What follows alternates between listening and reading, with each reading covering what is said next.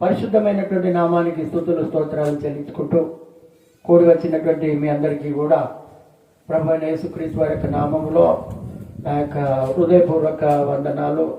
నా తరపున, పరిచర్య తరపున, కుటుంబం తరపున నా యొక్క ప్రత్యేకమైనటువంటి వందనాలు నేను మరొకసారి తెలియజేస్తున్నాను. మీ అందరూ బాగున్నారా అమ్మా? బాగున్నారా? హల్లెలూయా. బాగున్నారా అని ఎవరు అడుగుతారు? మనలను కోపం వల్ల ఎవరు అడుగుతారు? మనలను మనం ఏదో పగ పెట్టుకున్న వాళ్ళు అడుగుతారా? ఎవరు అడుగుతారు?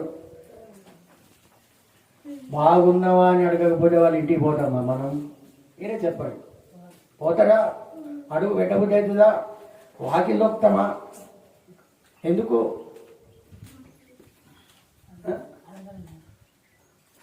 ఆ ఇంటికి పోతే ఎవడు ధరించింది మాకు? ఏడమో చేత కూడా నీళ్ళు వేయలేదంటాడు. ఏ చేత అన్నట్టు? హల్లెలూయా. కానీ మన దేవుడు ఏమంటున్నాడు?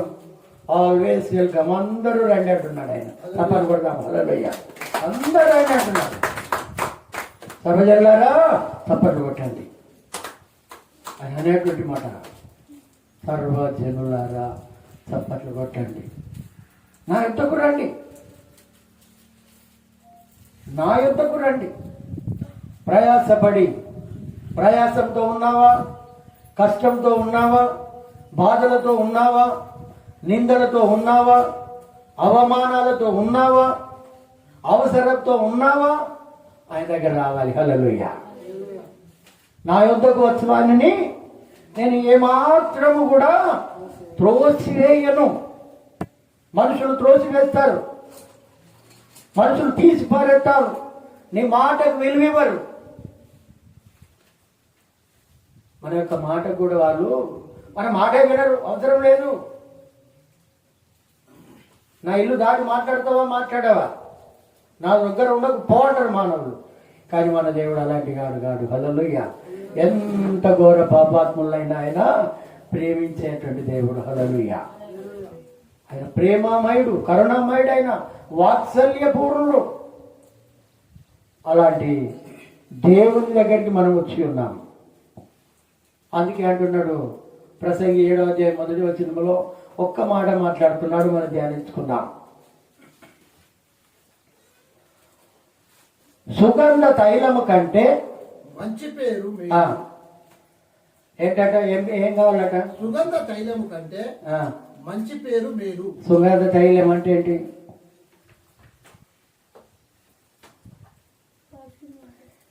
ఎవరైనా సెంటు కొట్టుకొని పోవడానికి మనం అడుగుకొని చూస్తాం. ఎందుకో? మంచి వాసన. స్ప్రే కొట్టుకుంటున్నారు ఇప్పుడు. స్ప్రే అంటారు దాన్ని. ఒకప్పుడు చెవులలో పెట్టుకొని పోయేది దూదిల సెంట్. ఇప్పుడు స్ప్రే కొట్టుకుంటున్నారు, ఒళ్ళంతా కొట్టుకుంటున్నారు. ఎంతసేపు ఉంటుందమ్మా అది? కదా? ఎక్కువసేపు ఉంటుందా? ఉండదు. మరి మంచి పేరు తపని కొట్టండి. హల్లెలూయా. అలాంటి సుగంధ తైలము కంటే మంచివాడు అన్న పేరు నీకు వచ్చిందని అంటే అది నువ్వు చనిపోయినా కానీ అంతేనా? ఫలాని వ్యక్తి ఉండే, ఫలానా ఆమె ఉండే, ఫలానా ఆయన ఉండే, బా ఎంత మంచి వాళ్ళు, ఎంత సేవ చేశారో, ఎంత పేరు ప్రఖ్యాతులు గలవారు ఉన్నారు. మంచి పేరు, మంచి పేరు, పేరు ప్రఖ్యాతం సంపాదించాలి. మిద్దెలు, మేడలు, ఆస్తులు, అంతస్తులు, కొడుకులు, బిడ్డలు ఇవన్నీ అశాశ్వతం. అవి కొంతకాలమే ఉంటాయి. నా కొడుకు, నా కోడలు, నా బిడ్డ, నా అల్లుడు, ఇదంతా సర్వస్వం నాది నాది నాది నాది నాది నాది అనేది ఏది కూడా నీది కాదు. కానీ మంచి పేరు కదా. ఎవరైనా చెడిపోయిన వాళ్ళు కనపడితే వారి గురించే పోతాక మాట్లాడతాం మనం. ఎవరైనా చెడిపోయిన కనపడితే వాళ్ళ గురించే రోజంతా మనము మాట్లాడతాం. కానీ మంచి పేరు కావాలి. మన దేవుడు మంచివాడే కాబట్టే తపన కొట్టండి. యేసు ప్రభు మంచి దేవుడు కాబట్టే 2000 సంవత్సరాల క్రితం నుండి ఇప్పటి వరకు కూడా ఆయన కొనియాడబడుతున్నాడు. చప్పట్లు కొట్టండి. మంచి పేరు. హల్లెలూయా. ఎవరినైనా అడగండి, ఆయన దేవుడు మంచి దేవుడే, కరుణామయుడు, దయామయుడు, కుష్ఠరోగులను చేరదీశాడు. ఆయన ప్రేమామయుడు. ఒక చెంప మీద కొడితే ఇంకొక చెంప కొట్టమన్నాడు. ఒక దెబ్బ కొడితే 2 దెబ్బలు కొడతారంటాం. నీకంటే ఒకటి ఎక్కువ అంటారు పిల్లలు కూడా. నీకంటే నేను ఒకటి ఎక్కువనే. అందుకే మాట్లాడుతున్నాడు ఇక్కడ. మంచి పేరు కావాలి, పేరు ప్రఖ్యాతలు కావాలి. చెడిపోయినటువంటి వాళ్ళంగా, పడిపోయినటువంటి వాళ్ళు. ఒకప్పుడు మన జీవితాలు ఎలా ఉన్నాయి? ఈ విధంగానే ఉన్నామా? ఎందుకంటే ఆయన చెప్పేటువంటి మాట, ఒక మాట ఏమంటున్నాడు అంటే,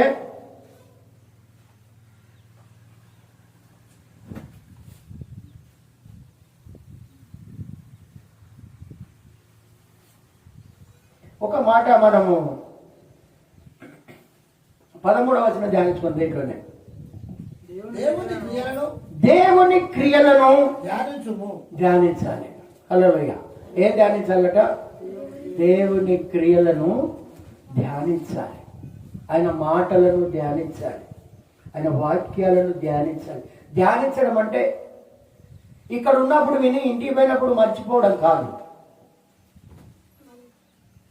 ఇప్పుడు మనకు పశువులు తెలుసు కదా అమ్మ, పశువులు తెలుసు కదా. అవి పొద్దాక తిని ఏం చెప్తాయి, పడుకున్నప్పుడు స్థిమితంగా ఉన్నప్పుడు ఆ తిన్నటువంటి ఆహారాన్ని మరలా బయటికి తీసుకొని ఒక్కొక్క ముద్ద ఒక్కొక్క ముద్ద ఒక్కొక్క ముద్ద, ఎక్కడ ఏ గడ్డి ఎంత టేస్ట్ ఉన్నదో ఆ యొక్క టేస్ట్ను అనుభవిస్తూ తింటా ఉంటుంది. అది అర్థమైందా? మన సప్పును 4 ముక్కలు పెట్టుకొని తింటాం అయిపోతుంది. మనం హల్లెలూయా. మనకి ఎన్ని టేస్టులు ఉన్నా సరిపోవు మనకు. అంతేనా? మనం చెప్తాడు అబద్ధమా? ఎన్ని టేస్టులు ఉన్నా మానవునికి. అందుకే పురుడకో గుణం అన్నారు, జిమ్మకో రుచి అన్నారు. మనిషికో టేస్ట్ ఉంటుంది. ఆయన అంటున్నాడు, ఏ దాని మీద ధ్యానం ఉంచుకోవాలంటున్నాడు? దేవుని క్రియలు, దేవుని యొక్క క్రియలు, అద్భుతాలు, ఆశ్చర్య కార్యాలు, వాటిని ధ్యానించాలి. వాటిని ఏం చేయాలంటే మనము ధ్యానించాలి. ఎందుకు ధ్యానించాలి? ఆయన క్రియలను. ఎన్నో అద్భుతమైనటువంటి ఆశ్చర్య కార్యాలు చేశాడు ఈ భూమి మీద. ఒక భక్తుడు అంటున్నాడు, యేసు ప్రభు ఈ లోకంలో చేసినటువంటి ప్రతి ఒక్క అద్భుత కార్యము రాయాలనంటే, ఆయన చేసినటువంటి ప్రతి ఒక్కటి రాయాలనంటే ఈ భూమి సరిపోదట, ఈ ఆకాశము సరిపోదట. అర్థమైందా? ఏం సరిపోదు? అంతేనా? హల్లెలూయా. భూమి సరిపోదు, ఆకాశము సరిపోదట. అన్ని అద్భుతాలు చేశాడు ఆయన, అన్ని ఆశ్చర్య మాత్కార్యాలు చేశాడు ఆయన.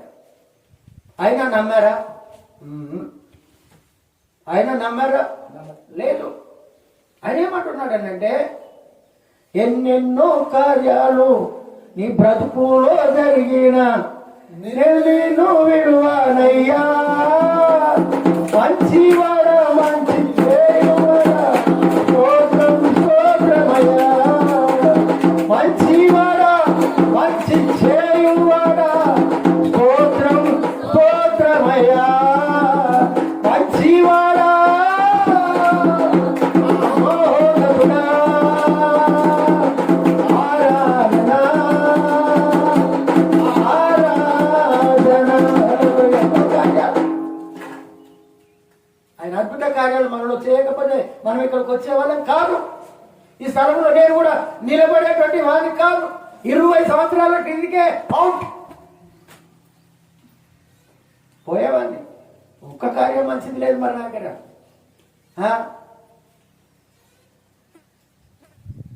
ఒక్క కార్యం లేదు.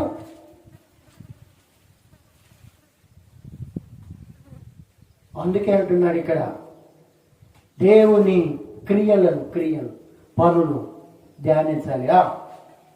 ఆయన వంకరగా చేసిన దానిని ఎవరు కూడా చక్కపరచలేడు. హల్లెలూయా. ఎవరు కూడా చక్కగా చేయలేరు. ఆయన తలుపు వేశాడా, ఎవరు తీయలేరు. తలుపు మూసాడా, ఎవరు తీయలేరు. ఆయన తలుపు తెరిచాడా, ఎవరు కూడా మూయలేరు. అది ఎవరికి కూడా సాధ్యము కాదు. ఒకేసారి ఛాన్స్ మానవునికి, ఒకే ఒక్కసారి ఈ భూమి మీదనే అవకాశం మనకు.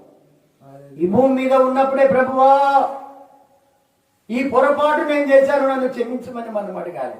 మనం అక్కడికి పోయిన తర్వాత ధనవంతులాగా అయిపోతాం. మనం ఏమంటున్నాడు, ప్రభువా నాకు ఇంకా భూమి మీద 5 సహోదరులను, కనీసం నేనైనా కాలిపోతాను కానీ వాళ్ళు కాలకుండా చూడు అంటున్నాడు. అప్పుడు వాళ్ళన్నా కాలకుండా చూడు, నీ దగ్గర ఏది ఆ యొక్క ఆయన పేరే ఉండే కదా, లాజరును పంపుకుంటున్నాడు. లేదయా, భూమి మీద చాలా మంది సేవకున్నారు. వాడు చిన్నోడో చిత్తుకోడో పెద్దోడు కాకపోవచ్చు, గాలిపోటలో తిరిగేవాడు కాకపోవచ్చు, అర్థమైందా, విద్యలు మేడలు పెద్ద సంఘం ఉన్నోడు కాకపోవచ్చు, చిన్నవాడైనా ఆయన క్రియలు వివరించేవాని మాట వినాలి మనం. హల్లెలూయా. దేవుని మాట వినాలి. చిన్న సేవకుడు పెద్ద సేవకుడు అనేది ఉండదు. అమ్మ గుర్తుపెట్టుకోండి, దేవుడు ఒక్కడే కాబట్టి అందరు కూడా ఒక్కడే. హల్లెలూయా. అందరిలో ఉండేవాడు ఆయనే. అందుకే ఇక్కడ అంటున్నాడు, ఎవరు కూడా చట్టపరచలేరు. అందుకే ఇంకొక మాట మనం చూసుకుందాం. సుగంధ తైలం కంటే మంచి పేరు మేలు, ఒకని జన్మదినం కంటే ఏంటట, జన్మ దినము కంటే మరణమే మేలు. మరణ దినం. హల్లెలూయా. మరణం అందరికి వస్తుందమ్మా. హల్లెలూయా. భూమి మీద పుట్టిన ప్రతి ఒక్కరికి కూడా మరణము అనేది వస్తుంది. ఒకరి జన్మదినం, బర్త్డేకి అయితే అందరం సంతోషంగా వెళ్తాం.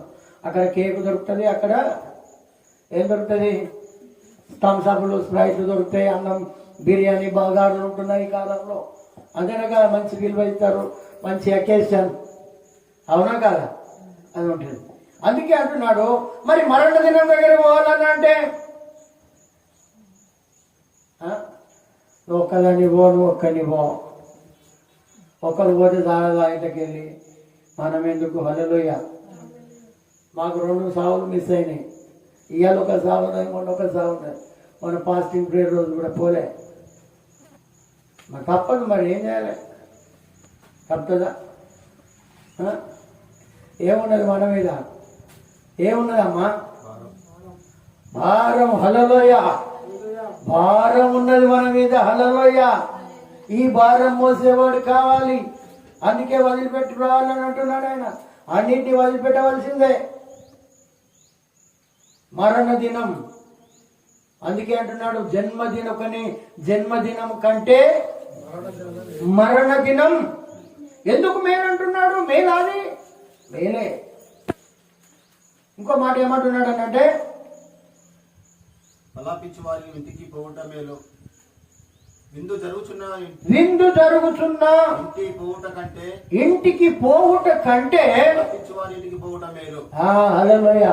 అక్కడ విందున్నది, మటన్ దొరుకుతుంది, చికెన్ దొరుకుతుంది, ఫిష్ దొరుకుతుంది, ప్రాన్స్ దొరుకుతాయి, అన్ని దొరుకుతాయి, అది దొరుకుతుంది, ఇది దొరుకుతుంది. మంచి ఆహార పదార్థాలు దొరికే దగ్గరికి వెళ్ళకంటున్నాడు. ఎక్కడికి వెళ్ళాలంటున్నాడు? వాళ్ళు ఓదార్చాలి, ఆ కుటుంబానికి ఓదార్చాలి, ఆ కుటుంబాన్ని నెమ్మదిపరచాలి, ధైర్యపరచాలి. అందుకే ఇక్కడ అంటున్నాడు, విందు జరుగుతున్న ఇంటికి పోవుట కంటే ప్రలాపించుతున్న వారి ఇంటికి పోవుట మేలు. ఏలయనగా మరణం అందరికీ వస్తుంది. హల్లెలూయా. మరణము అందరికి కూడా వస్తుంది అని అంటున్నాడు ఇక్కడ. ఇంకొక మాట మనం చూసుకున్నాం, 4వ వచనం ధ్యానించుకుందాం.